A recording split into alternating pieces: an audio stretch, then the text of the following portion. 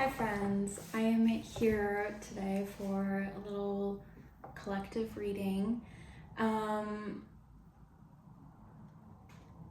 This reading is not going to be for everybody, so please use your discernment when listening. Before we jump into it, do you want to, ask, maybe take a couple of deep breaths. You can close your eyes while you do it. Check in with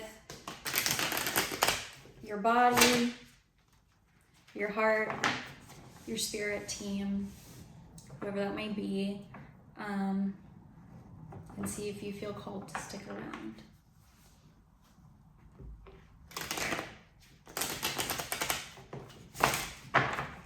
All right. What do you guys need to hear about today?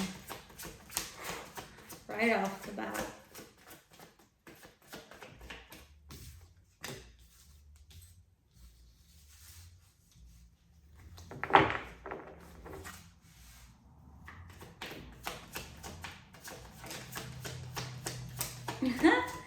It's a super new moon tonight in Gemini.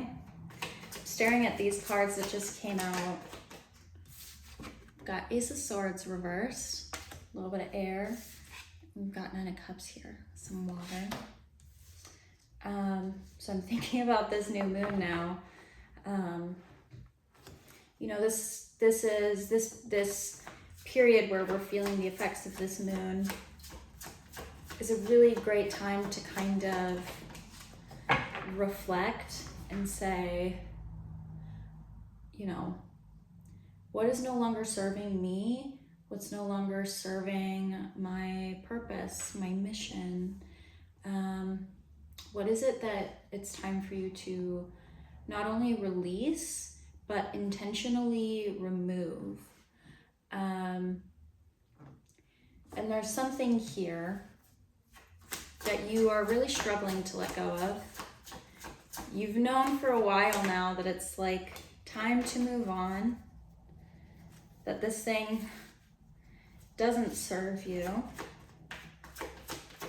and you've had a really hard time, actually taking that by the hands and saying, okay, I can let you go. That's kind of a weird way to say it, a weird metaphor. I hope that clicks for you. King of Cups reversed.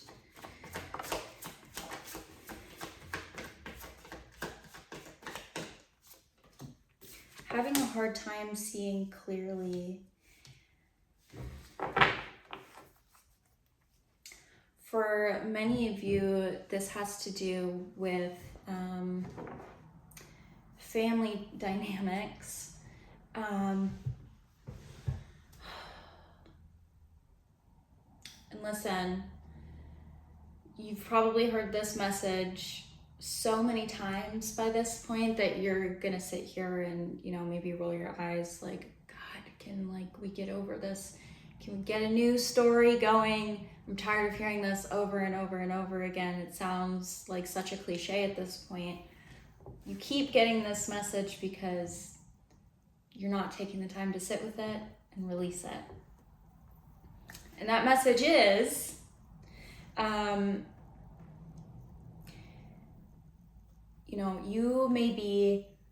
you may feel as though you are the black sheep of your family. You're the odd one out. You're the weirdo. Possibly the one that, you're always the peacemaker and somehow also always the disruptor. Somebody's always going to point a finger at you. And that's been something that you have not been able to escape in your life. And that's because your role in your family unit is to be a cycle breaker. There's specific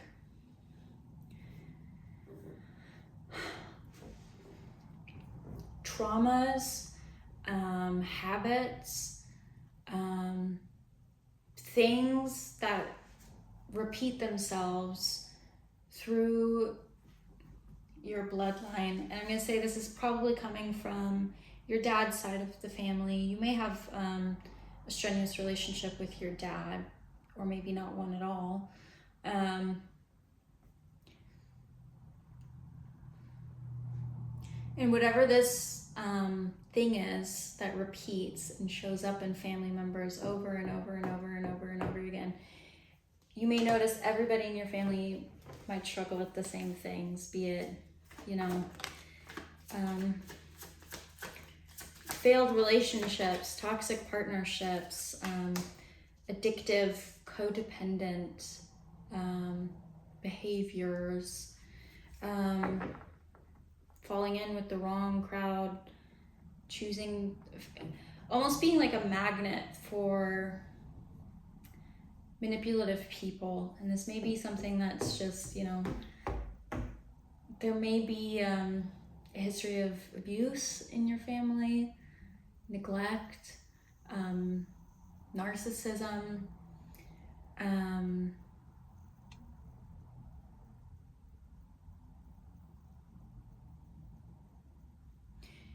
your job here, the reason you've always kind of felt a little bit out of place, the reason that, you might be the one that gets picked on the most, it's because your role here is to be peacemaker by making people uncomfortable. You're here to disrupt that flow. So your very presence is going to disrupt people. Like maybe the family holiday is going great, and the second you show up, people start bickering, or you did something wrong, or like, why didn't you do this? Why do you look like that? There's a rabbit outside, which, again, I'm just gonna say that new beginning, this new moon, really sit and reflect with that. This may not be the role that you want, but it's the role that you've been given. So you can either choose to keep fighting that current or surrender to it and ride the wave, But back to what I was saying, it's a big rabbit too.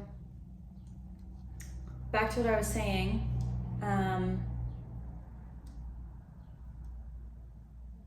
you cause disruption because that's what you're meant to do. Your very presence is going to do that, and so it's not something you need to be ashamed of. It's not something that you need to simmer down for. You're not here to make people comfortable. You create peace in the long run by creating disruptions. And so the challenge for you here is are you able to create disruptions intentionally? Are you able to own that? Can you be an active participant of your family and intentionally try to rewrite their belief system, their value system?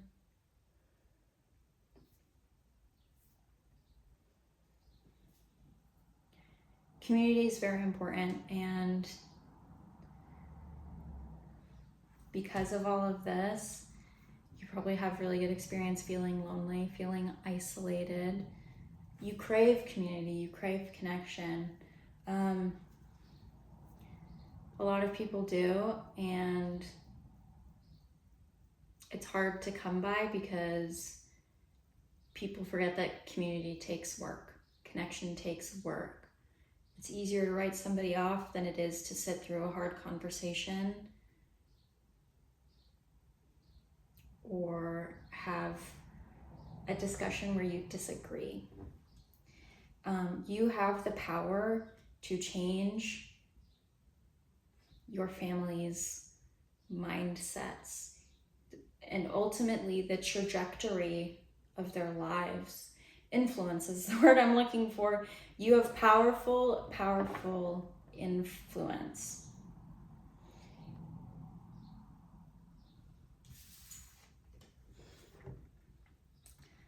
Death and the Lovers here. This disruption that you create is ultimately, the goal ultimately is to, it creates unity in the long run. I know that that doesn't make sense.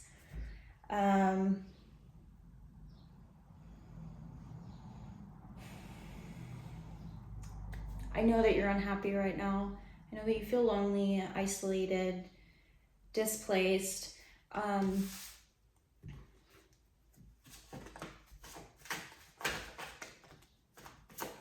This is a moment where you get to kind of take control. You get to take the wheel.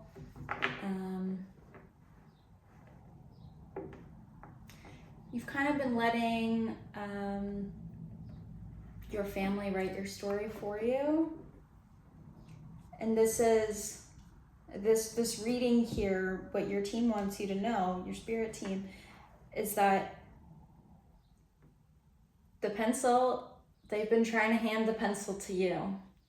Like, hey, it's your job to, if you're dissatisfied with where you're at, if you're dissatisfied with where your family's at, you create that change. You create the change that you want to see. And this feeling of despair, feeling like, I don't know what to do. Should I cut them off? Should I keep pushing myself down to try and keep a relationship with them? You stick around and you be loud and proud and authentic.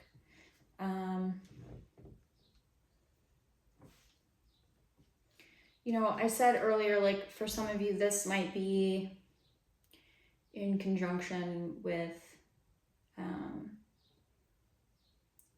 you know, like abusive relationships. Perhaps you have people in your family who tend to end up building a life with harmful people.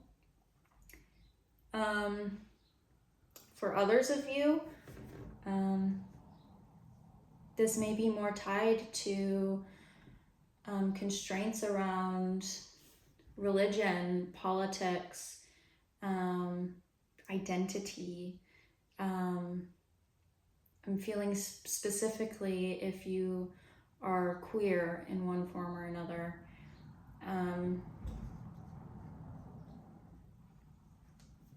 You have the power here to create change.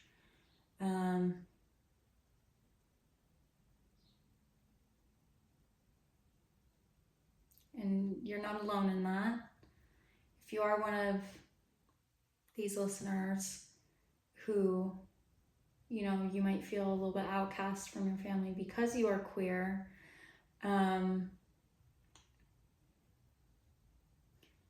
there's a whole community of people now and also that came before who embraced the fact that they were change makers, that they were there to disturb the peace, to create peace. The riots that happened, Stonewall, the protests, all of that disturbance had lasting impact so that we have more freedom to be ourselves in the open now. And so that is the energy for you to be embracing right now. Natmule, it could feel empowering and it could also feel overwhelming, like maybe you don't feel ready for that, and that's okay. Take some time to sit with it. Journal about your fears. And there's something here, because this is so closely tied in, like this issue is around your family. Talking to your ancestors is going to be a really big thing for you. So if you have past loved ones, talking to them, maybe sharing a meal with them, practicing some spiritual honoring for them. If you read tarot, you know, check in with some of your ancestors and hear what they have to say about it. Let them know how you feel, how you're afraid. Even if it's like, you know, I loved my grandma and she passed before I ever came out, and she was, you know, conservative and closed-minded, and so I don't think she's gonna, like, I can't talk to her about that. Talk to her about it. There's wisdom and there's love there to impart. And it's important for you to start building some of those ancestral relationships right now. They'll give you strength, they'll empower you. And your ancestors have wisdom to pass on. There's lessons there, perhaps, you know, some learning about mindsets and where they come from and why your current family unit might be stuck in their ways.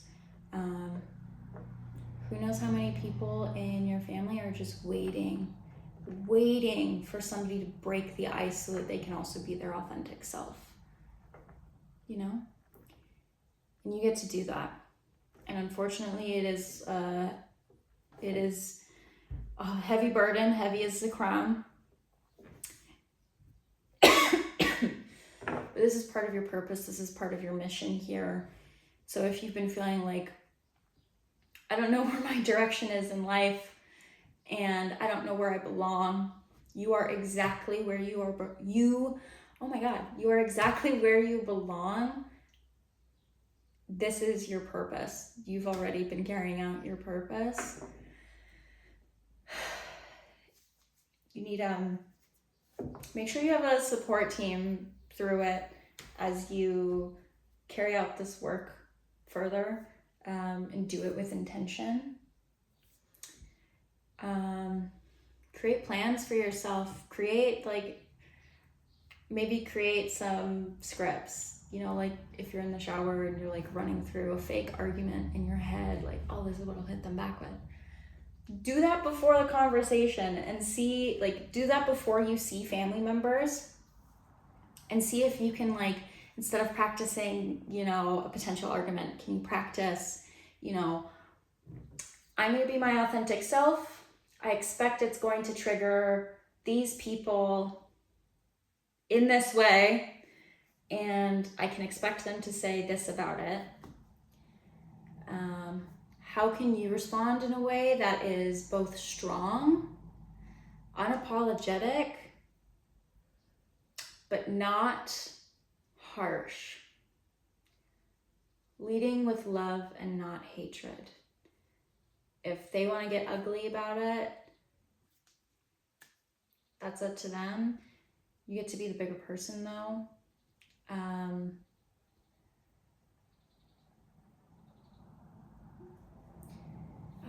I don't know if I can explain it. I'm having a hard time. You know what I mean. You know, they go low, we go high. And you might have this urge to run away and hide, or you might have an urge to stand up and yell. Find a middle ground. You know, how can you say, I'd appreciate if you don't talk about me that way because it hurts my feelings. Or can you take the moment to educate them? And you might still get, you know, bad responses, but you're there to plant seeds. You're there to be yourself unapologetically and plant seeds. And the more you show up and you keep planting those seeds, the more grows, the more change happens. There we go. I'm all tongue-tied because you're sitting in this space right now. I'm like, what do? I don't know what to say. I don't know what choice to make. You know, you've known what choice to make. You've just been having a hard time accepting that. Do we have any words of encouragement from your ancestors? Something to keep your spirits high.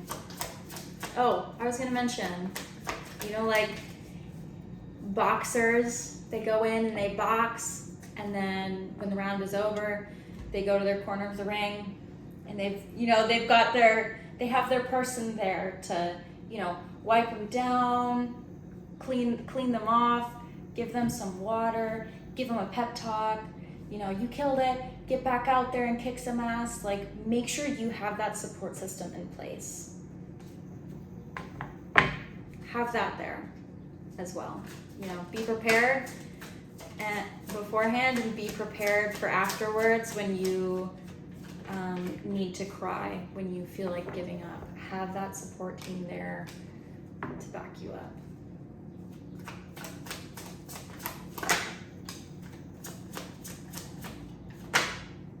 Yeah. This is not a wasteful mission. You may not see results right now. You may not see results like presently, as you talk, as you have these conversations, as you have these uncomfortable moments where you disrupt the peace and the status quo. But the gears will be turning in people's heads. The more you talk, the more they listen. And the fact that you are a family member and they love you, no matter how much they might pick on you or whatever, they say, they love you. You're very precious to them. And that creates a resounding impact. So you may not see it immediately, but those gears will be turning the more you show up loud and proud. I need you to remember that. Go write it on your bathroom mirror. Loud and proud. Show up that way every single time, even when you're tired, even when you don't want to. Because it's going to pay off in the future. It's worth it. And you got it. You got it.